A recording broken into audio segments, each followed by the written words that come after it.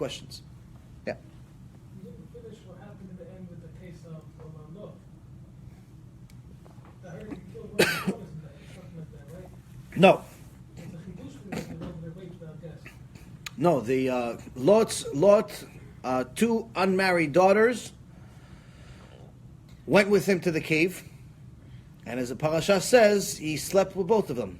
I'm saying before, when the Malachim were trapped in the house, how did they escape the whole town? Because the Malachim made everyone blind, and then they didn't know who's who. They didn't know who's who. So they went through the crowd. They went through the no one can touch them. They're Malachim. So what did they hang up and pour honey and let the bees? Oh, that was actually one of his daughters before this happened. This is when Hashem tells Avraham Avinu in this week's parasha that I hear the wickedness that's happening in Sodom. That's what he heard. The scream of one of Lot's daughters that that did a chesed, gave charity to someone, and the town was anti-charity. The town was anti-chesed.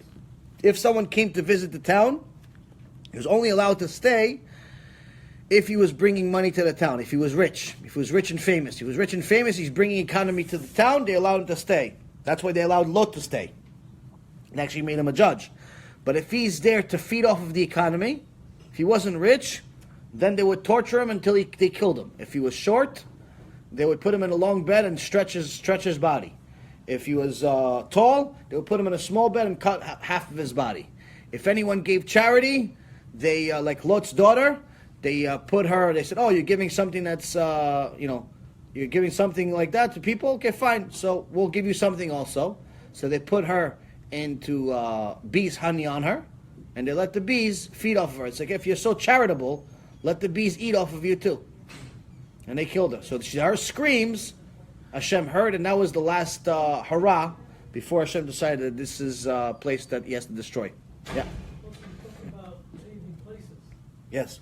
But it does say somewhere that if you change a place, you could have had bad luck there. Your luck is going to be much better in this place. There is a saying, Mashaneh makom, Mashaneh mazal, change a place, change a luck. The most important thing is to do the will of Hashem. If what you're doing is because of Hashem, you'll succeed. If what you're doing is because of you, 50-50. So, if you have Hashem in mind, you'll succeed. Even if success doesn't happen right away, eventually you'll succeed. Why? Because you did it for the right reason. But if you're doing it because you feel like it, you're moving to a bigger house, not because you're going to do more mitzvot in the house. You're doing a bigger house because you just want more rooms. You're moving to a bigger house because you want to show off to your friends that you have a big house. There's no mitzvah in that. Hashem is not going to give you special siyat dishmaya for because of this big house. So, if you want money because you are already doing a lot of chesed, and you've gotten to the point that you are doing above and beyond what you're doing. A lot of people always ask me, "Oh, what's the segula for more money?" Segula for more money. I say, give money. You want segula for more money? You want to make more money? Give more money. How much money should I give? As much as possible. Really, you should give 20% of your salary, of your income, to some type of Torah. 20%. Maaser is 10%, but if someone wants to really become ultra wealthy, you should give 20%. And the reason why is because when you give 20%, it hurts, first of all. In the beginning it hurts. It's very difficult to give 20% of a check, especially if it's a big check. But aside from that, it becomes a significant enough amount of money where the other people receiving it start depending on it. Once you get other people that are Baalei Torah, people that are involved in the Torah world, either Talmid Chacham or a Kiruv organization or something like that, and you get more and more people in that world to depend on you, you're giving Hashem a reason to give you more. Giving him the perfect reason to give you more. Why? Because you're doing exactly what he wants you to do. You're becoming a partner. But if you're giving whatever you think is okay, it seems like a lot to you. Like a lot of people make a lot of money. And let's say they make, they make $500,000 a year. And they give $20,000 a year in tzedakah. Technically, $20,000 is a lot of money. But for them, it's not good. It's not good. Really? They should be giving 20%. They should be giving $100,000. Not even 10%. They should be giving $100,000. Because you don't need $500,000 to live. You don't need. You don't need. Hashem is not giving you $500,000 for you to live off of $500,000. He's not giving you $1 million to live off of $1 million. So, what's my source? In the Gemara Masechet Brachot, it says there's a Nakdimon ben Gurion. Nakdimon ben Gurion was one of the 3 richest people in Am Yisrael, but also one of the 3 biggest Baalei Chesed. Meaning he gave the most amount of tzedakah, to such an extent that he financed the entire country. Financed all of the people for 3 years. One day, Rabbi Yochanan sees his daughter, sees a woman, looking through the waist of the donkeys of the Arabs. And he says, "Who are you? What are you doing?" She goes, "I'm looking for chita, I'm looking for wheat." Sometimes the waist of the donkeys has some wheat, grains of wheat that they haven't digested. It's so hard, even they can't digest it. So I'm looking for some wheat in their waist, Shem Erachem. He goes, "Whose daughter are you?" He goes, "I'm the daughter of Nakdimon ben Gurion." He goes, "How could this be? How could this be? Your father is richest man in the land, plus he's a tzaddik."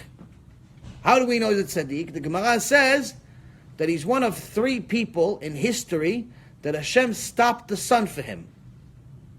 Stopped the sun in the sky for him. Who was the other people? Yeshua ben Nun and Chizkiah. So he stopped the sun for him. So he's a big tzaddik. Not like he was a rasha with a lot of money. There's a lot of rashaim with a lot of money today. No, we're talking about tzaddik with a lot of money. So the Gemara says, how could this be? He says, yes, he gave. So the daughter says to Rabbi Yochanan, yes, he gave tzedakah, but not enough.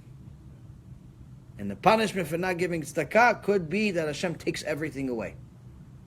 So a lot of people that make a lot of money and think that they're giving a lot because it is technically allowed, a lot of money, by other people's standards, it's not a lot for them. So when someone is making a very high income, they need to give more. And if they're making even more than that, if people that are making, let's say, I don't know, tens of millions of dollars or even millions of dollars, in reality you should give almost all of it. You don't need it. You don't need it. You don't need $10 million a year to live. You don't. You just simply don't.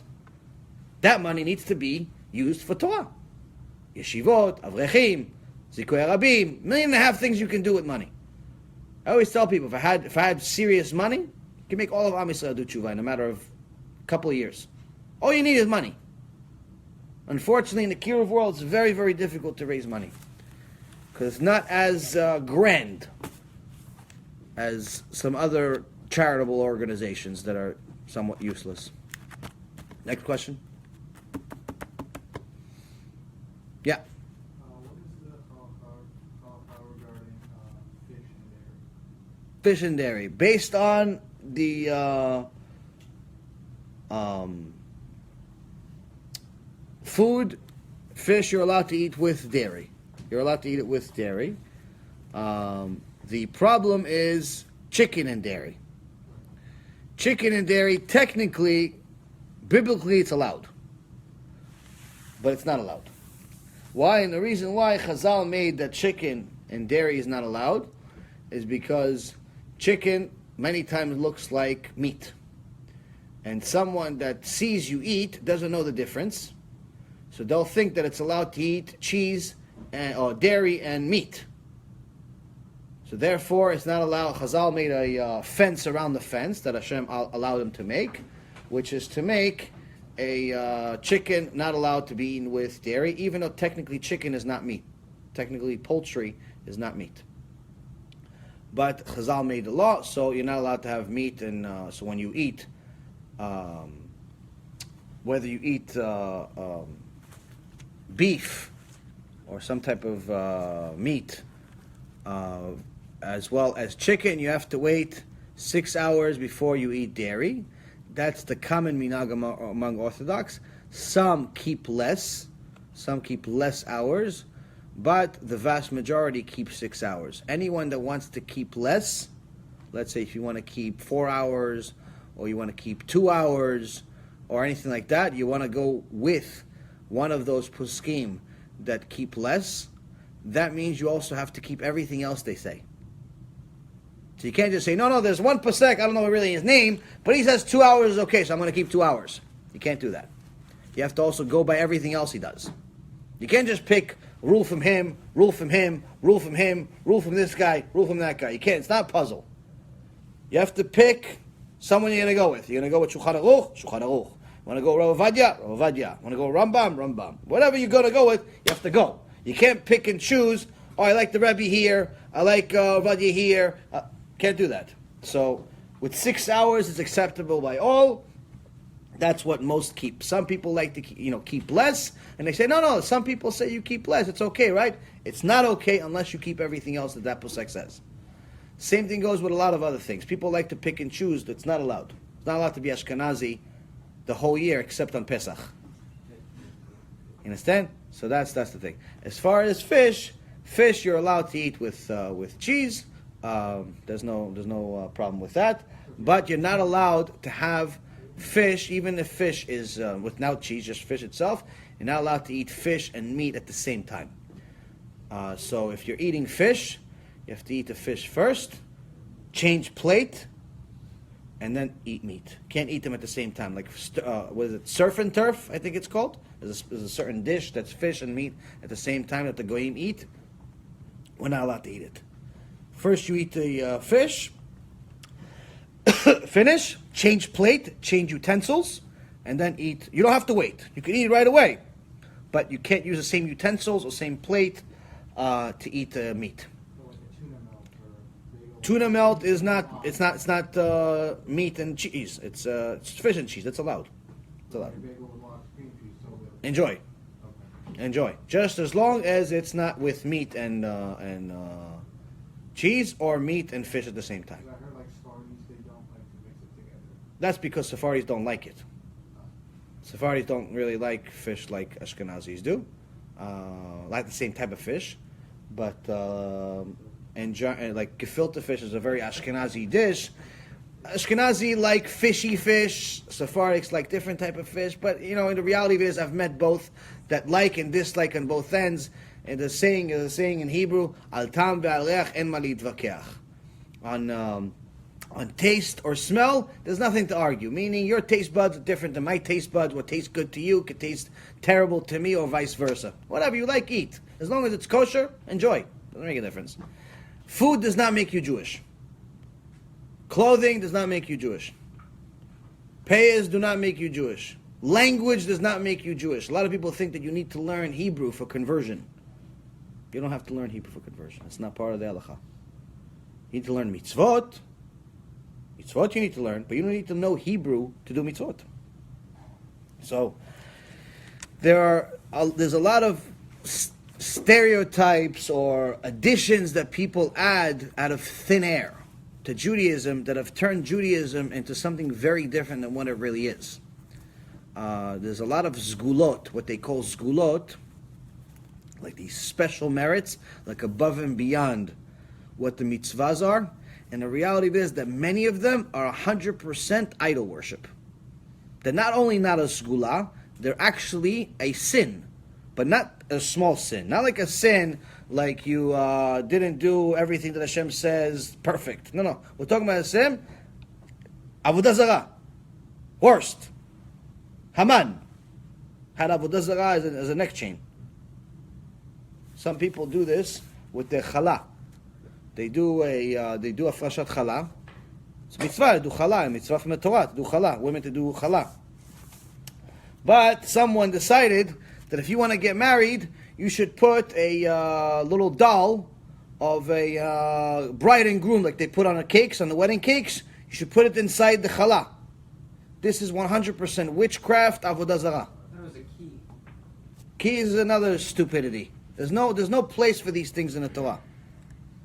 There's no place for these things. But putting an actual doll or whatever, some creature, something in your challah is 100% avodah zarah. It's kishuf. It's not stupid. So there's plenty of this stuff in Judaism. It's not Judaism though. So that's why it's very, very important before you do anything, double check. Text me, look at the books. Double check. Don't just be a robot. Double check. It also helps you connect with the mitzvot. If you don't know what you're doing, you're just doing it like a robot, eventually you're going to stop doing it. Because eventually you're not going to like it. Eventually it's not going to make sense to you. So it's very important to double check everything you're doing before you do it. Because a lot of things that people say you should do, it's not only you shouldn't do it, it's mamash a sin from the Torah.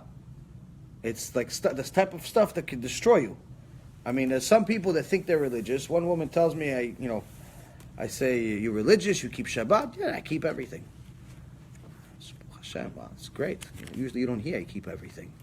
So you keep everything, Baruch HaShem, wow, it's you start asking questions, you start realizing this person doesn't really know that much to keep everything. And you ask, which Beit Knesset you go to? Oh, I go to this Beit Knesset, it's only like a 10-minute drive from my house on Shabbat. Like, people think that keeping Shabbat means you just don't work. And you have Kiddush, and you light candles. They don't realize that there's a lot more to it.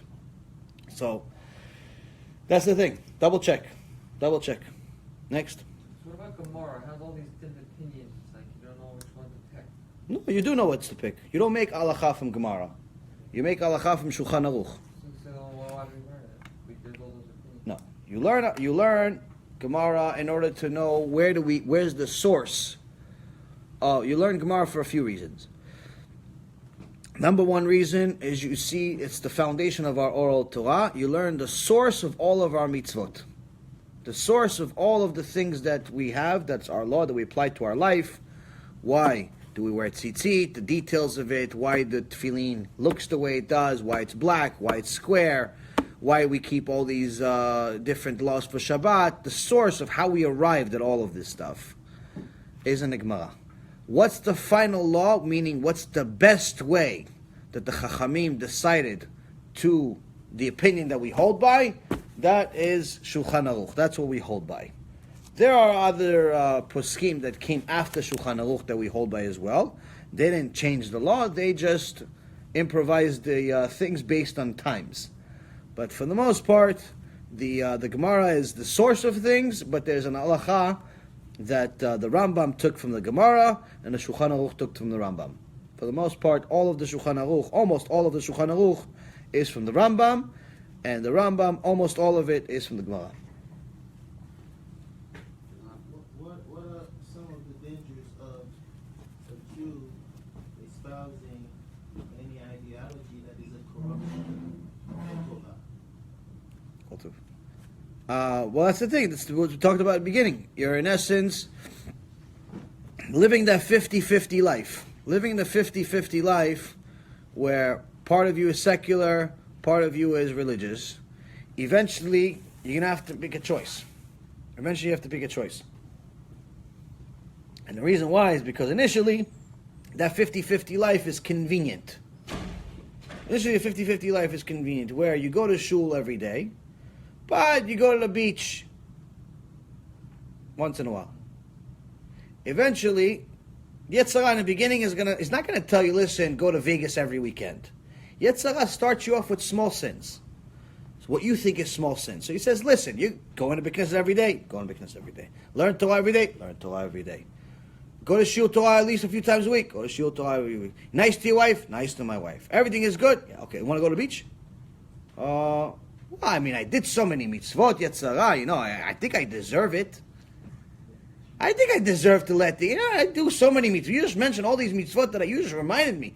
Thank you, Yetzer Hara, for reminding me of all the mitzvot that I do. I learn Torah, I go to Beit Knesset, I go to Shiur Torah, I'm nice to my wife, I'm nice to my kids, I didn't kill them. Everything is good. I'm tzaddik. I go to the beach. What's the big deal? I deserve it. It's a gift. It's a gift to myself.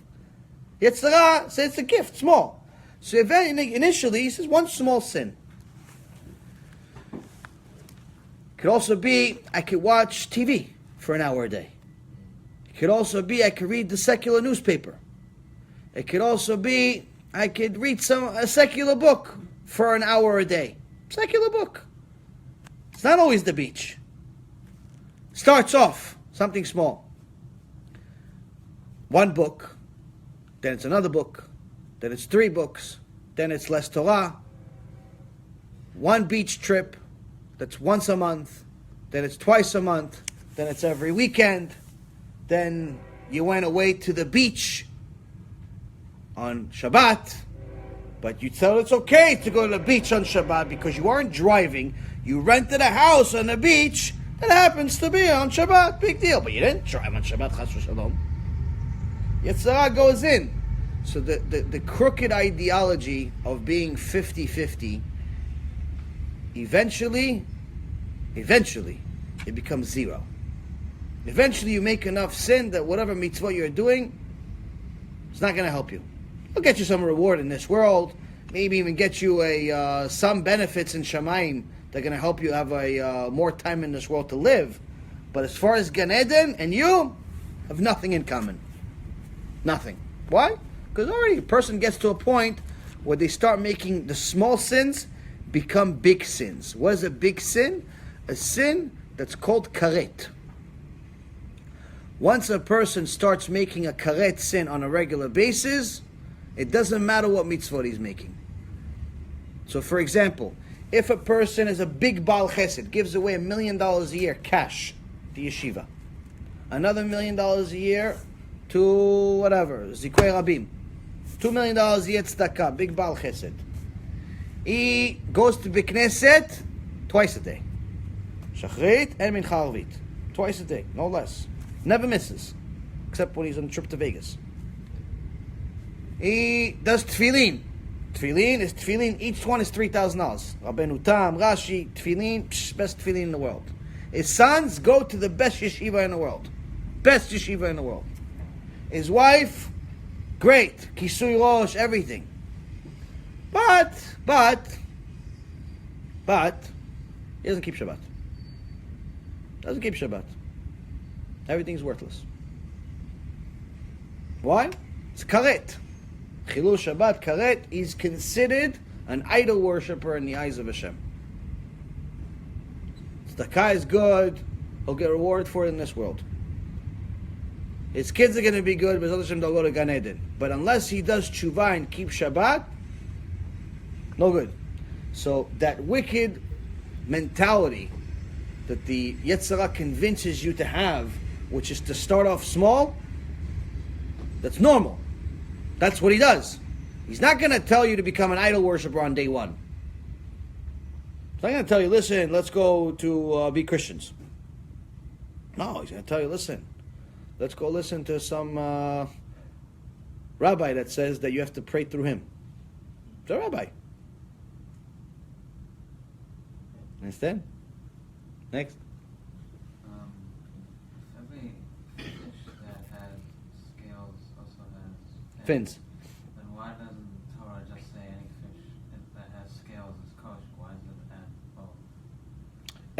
Every fish that has scales has fins, and every fish that has fins doesn't necessarily have scales. Sometimes they do, sometimes they don't. So if you're asking why doesn't it say that every fish that has scales is kosher, is because we have to determine what's a fish. It has to have fins.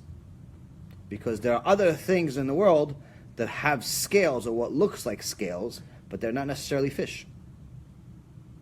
So we have to determine, the Torah is allowing us to elaborate on for us to understand the definition of a fish.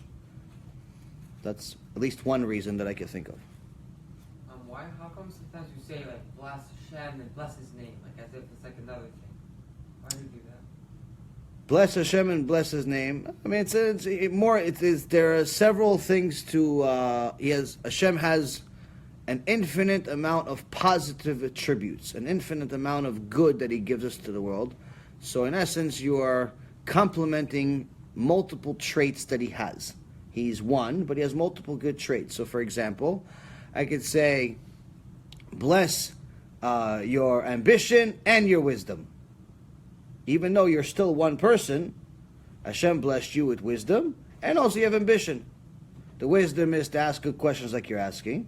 The ambition is to come to Shiur Torah at 12 o'clock at night. How old are you? 16. See? This Baruch Hashem, this gives me hope. 16-year-old to come into Shiur Torah at 12 o'clock at night. What excuses you people have? Okay. The two-party system in America seems to be a reflection of kefillah and idolatry. Kefillah for the liberals and idolatry for the conservatives. Given that they build their system or their value or ideology on the Christian Bible, and the liberals on the other hand completely rejects anything that deals with religion in general. Okay, I mean, government, as far as government, just so you know, in general, democracy as a whole is anti-Torah. Democracy as a whole, doesn't matter whether it's liberal or it's conservative or it's Democrats or it's Republicans or it's whatever, all of them, democracy as a whole is anti-Torah. The Torah does not believe, does not have a democratic system. The Torah is monarchy. Initially, it was supposed to be just Hashem being our king, but Am Yisrael wanted a king, wanted an actual physical king. We talked about it in last week's shiur on Wednesday, that Am Yisrael asked for a physical king, and Hashem says, okay, you want a king, have a king, but just know that your king is going to have rules. One of those first rules is that he's going to have a Sefer Torah with him, a scroll of Torah with him at all times. Why? To teach him Yirat Shamayim. So, the Torah it's in essence a monarchy system. It's just one leader that is selected by Hashem. And in essence, for him to do what Hashem is telling him to do. So all political systems, communism, socialism, whatever, all of them, they're all against the Torah in one way or another. But again, this is also going to end when Melech Mashiach is going to come, when the King Mashiach is going to come. There's not going to be any of this stuff. There's not going to be any election system. There's not going to be any political system. There's not going to be a government. Not going to be any of that stuff. All that stuff is going to, Bezat Hashem, disappear very quickly. How did the Rabbanim in like the Midrash room, how did they like take like a tiny little verse and they like make a whole story out of it? Well, that's the Masoret. So the original Torah that we got on Mount Sinai, there was 3 parts. If you remember, you asked some questions last week. I showed you a few sources in the Torah where it says that we got several things in Mount Sinai. We got the written Torah, that's obvious. We got up to Parashat Yitro.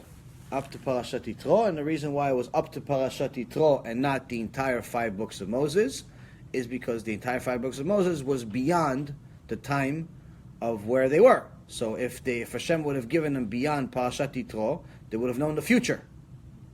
So you can't tell them the future. They wouldn't have sinned. They wouldn't have done a lot of things. So he gave them up to Parashat Yitro because Parashat Yitro is the 10 Commandments. It is exactly the time that we got the Torah. And Chazal teach us that over the next 40 years that Am Yisrael was in the desert, Hashem from time to time would tell Moshe Rabbeinu to write another parasha. He would add to it. Eventually, before he died, he finished the entire 5 books of Moses. So that was the written Torah. The 10 Commandments, first set Moshe Rabbeinu broke, second set stayed intact. Both of them went into Aron HaKodesh, the broken set and the non-broken one. And last but not least, we got the oral Torah. The oral Torah was, in essence, the foundation of Judaism. It's all of the laws, the details of all of the laws, and all of the midrashim, all of the background story, the behind the scenes. The written Torah tells you a very, very simple, brief message that the oral Torah explains. So the written Torah says, put on totafot between your eyes. The oral Torah says, what is totafot? Totafot is tefillin. What is tefillin? Tefillin are these squares that have to be made from a kosher animal, that have to be black, have to be cut in a specific shape of square only, cannot be round, because round is the way of the anti-oral Torah people, like the Karaites, and Sadducees. So we can't have round, it has to be square, and so on and so forth. So the written Torah tells you the law, the oral Torah explains the law, explains the details of the law, why, who, when, what, and so on and so forth. So part of that oral Torah is the Midrashim. There's the halachot, and there's also the background story. So for example, if you read Midrash Me'am Loez or Midrash Rabbah about what's actually happened last week, in last week's parasha with Avraham Avinu, you'll see that there's a wealth of information beyond what the written Torah says. Meaning, the details of the war of Avraham Avinu, how he beat all the kings. Yet 4 kings, meaning 4 nations, were strong enough to beat 5 nations, which already shows the power of these 4 nations. And then you have Avraham beating all of them. Him and Eliezer. How? So the Midrash says that Avraham had special siyata dishmaya, where Hashem gave him a special blessing. So you take sand from the ground, beach sand or any sand, you throw it, you know how many grains of sand is in one handful, is millions and millions of grains in every handful of sand. You don't have to be a tractor to pick up a lot of sand. One handful of sand is millions and millions of grains of sand. And Hashem, when he would throw it in the air, Hashem would turn each one of them into a spear. And the spear would go directly to the target, no missing. So this is like the ultimate atomic bomb without the atomic part. So that's how you beat all of them. And so on and so forth. So the background stories are part of the oral Torah. That's part of our Masoret that we got in Mount Sinai. If Hashem would have told Moshe Rabbeinu to write everything, then it would present 2 problems.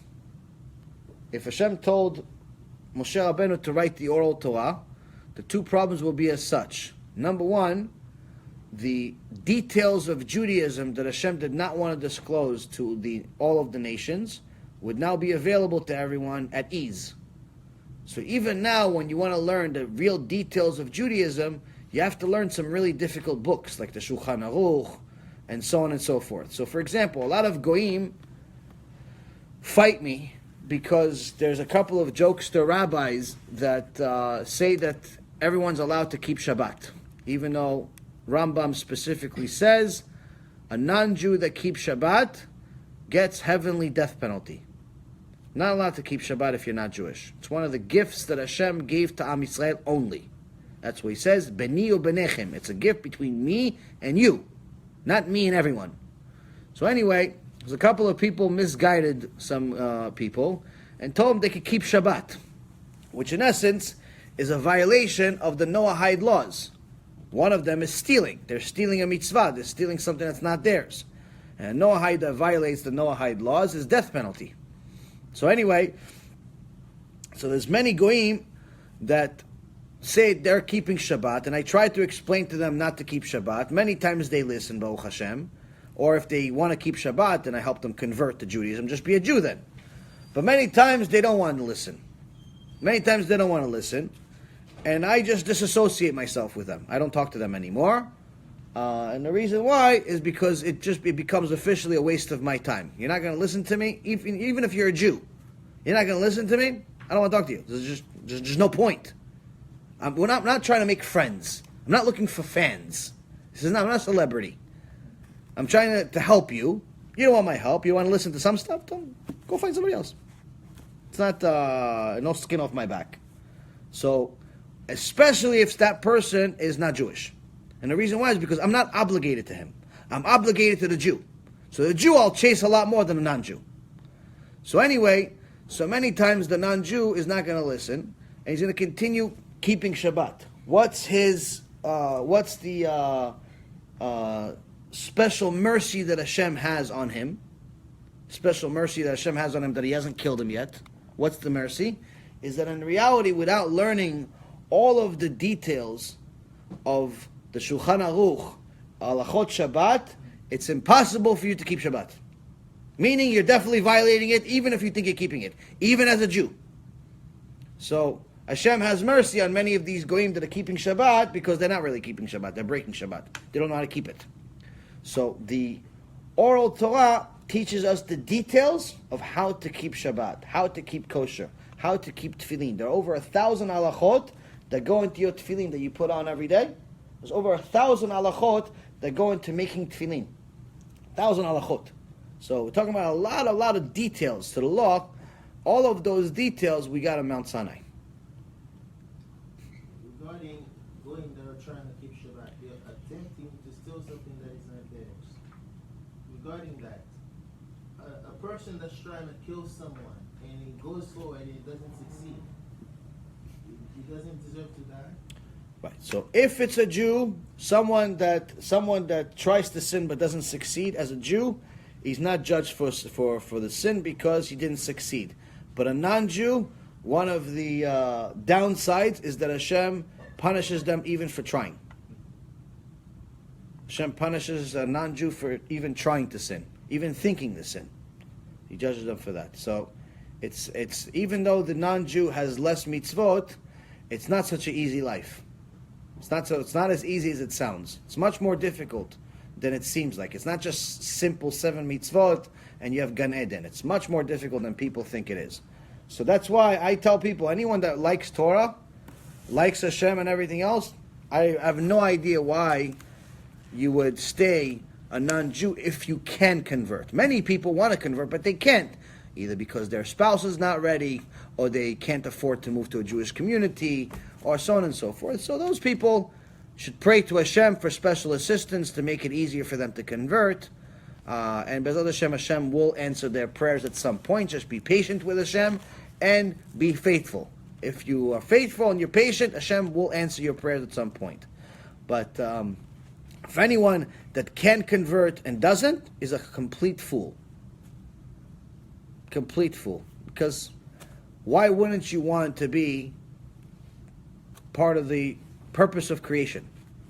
Like it doesn't make sense. So obviously if someone can convert and doesn't convert, that just means they don't really realize the value of it. And that's why sometimes I actually have a few people that are not Jewish, and I told them specifically there's certain things that they're not allowed to do, and they keep doing it, so I just stopped talking to them. They could send me 1.5 million messages, I'll never answer them.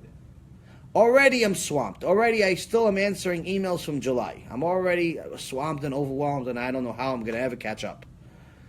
Even I had some help, and some of that help has gone down in the last few weeks. So already I'm swamped. Already I'm behind. So now, once you get to a point where you're just not going to listen to me, not only it's tough for me to help everybody. Now, I'm not going to help you. Period, because there's no time. There's no time for debates. I'm not looking for debates. Like people tell me, "Oh, why don't you debate this guy? Why don't you debate that guy?" I don't have time for the debate. I'm trying to save people. I don't care about debate. I'm not looking for honor. Oh, why don't you debate this Christian guy? For what? What good is it going to do? Is anyone going to do tshuva because I debate some idiot that believes some guy died and now everybody else cancels the Torah? Like, is that like even logical? I can't debate crazy people. I'm not going to fix crazy because of words. If he wants to be crazy, let him be crazy. There's no debate. Oh, why don't you debate that, what is that, Rasha, that Yitzchak Shapiro, Yimach Shimo. Why don't you debate him? For what? He's a psychopath. The guy is mamash, he's a mental institution patient. He's not a normal person. I'll be afraid for my life with somebody like that in the same room. He's not all there. There's something wrong with him. There's nothing to debate there. For what? For what? For what purpose will it serve? Huh? What purpose will it serve? Who will do tshuva because of that debate? What followers? They're all Christian. They're all looking for an excuse to be an idol worshiper. What followers? They're not looking for the truth. They're looking for the truth. They'll be looking elsewhere. They're not looking for him. Anyone that's looking for the truth may have a stop sign. He may be part of the direction, but no one will stay there. Why? Because within 5 minutes, any logical person sees this guy and the weird ways his face moves when he talks, and you can clearly see the guy is sick. The guy is sick. He's not. And aside from that, he's not exactly brilliant. He's not like a Talmid Chacham. He's an idiot, actually. He says stupid things. It doesn't make sense. Same thing with some people that are rabbis. There's this very, very popular rabbi that I mention all the time, but I just don't mention his name because it's just too much of a problem. But anyone that's a normal person should not be listening to these people. They're idiots. I mean, I don't know what to tell you. I'm not exactly claiming to be biggest chacham in the world, but I don't know. I could tell an idiot when I see one. There's just certain people. If you read what the Torah says, you see what this guy says. It's two different things. He can't be right, the Torah wrong. Cannot be. A guy says, God spoke to me and told me thank you. You still listen to him? You have something more wrong with you than he does. He's crazy. What's your excuse? He's crazy. He thinks God speaks to him. He thinks God speaks to him and tells him thank you. Why? I mean, okay, he's crazy. He's crazy. What's your excuse for continuing to listen to him? Oh no, he only did it once. What do you think? Craziness goes away like a headache? So that's the thing. It's like people have to step up a little bit. People have to step up. Stop, making excuses. That's the thing. So I think that now it's a time for us to step up. Be the Avraham Avinu that's in us. Be the Sarai Imenu that's in us. Take it seriously. Go all the way. Stop being half secular. I'm not saying everyone has to become a rabbi. But stop being half secular. You don't have to be a rabbi in order to be religious. You don't have to be a rabbanit in order to be religious. But the secular mentalities that people have, where everyone's aspiring to be some superstar, or some celebrity, or some tycoon, that's not a Jewish mentality. That's not Judaism. You never ever see Avraham Avinu, Yitzchak Avinu, Yaakov Avinu, Moshe, Aaron, David, Shlomo, any of the Nevi'im, any of the Tzaddikim ever say to Hashem, Hashem, make me rich. Never.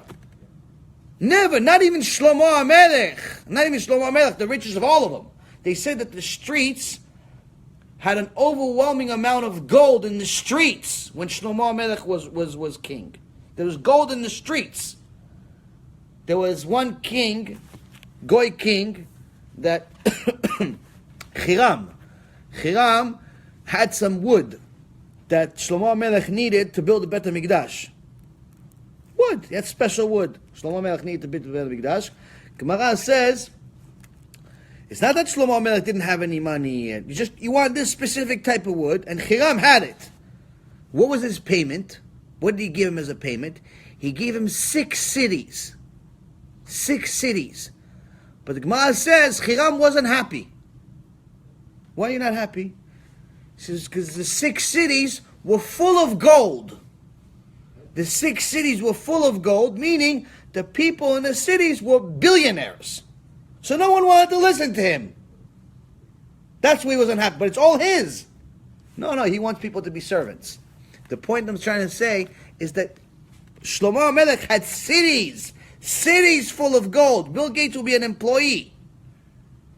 Cities full of gold. He never prayed for money. Never prayed for money. You understand? So, if you're praying to be rich, far. If you're praying for some type of fame and fortune, far. I'm not saying you have to be some loser in the corner, homeless. But, again, if you can talk to Hashem, you can talk to the King of Kings, ask for something meaningful. Ask for something that's going to last. Ask for something meaningful that's going to actually carry you somewhere, do something for you. Car is not going to do anything for you. House is not going to do anything for you. Like money it's not going to do anything for you. I'm telling you, it's not. You want to try it? Try it. How many celebrity stories do you have that succeeded? How many celebrities does the world say, that guy is a winner? How many guys? Maybe they've done some good things.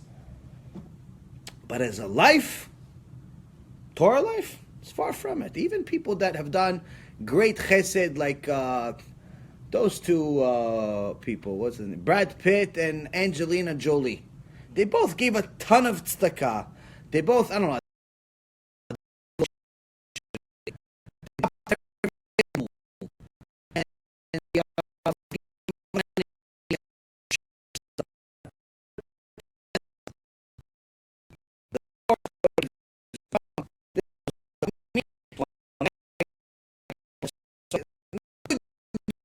They're a mess.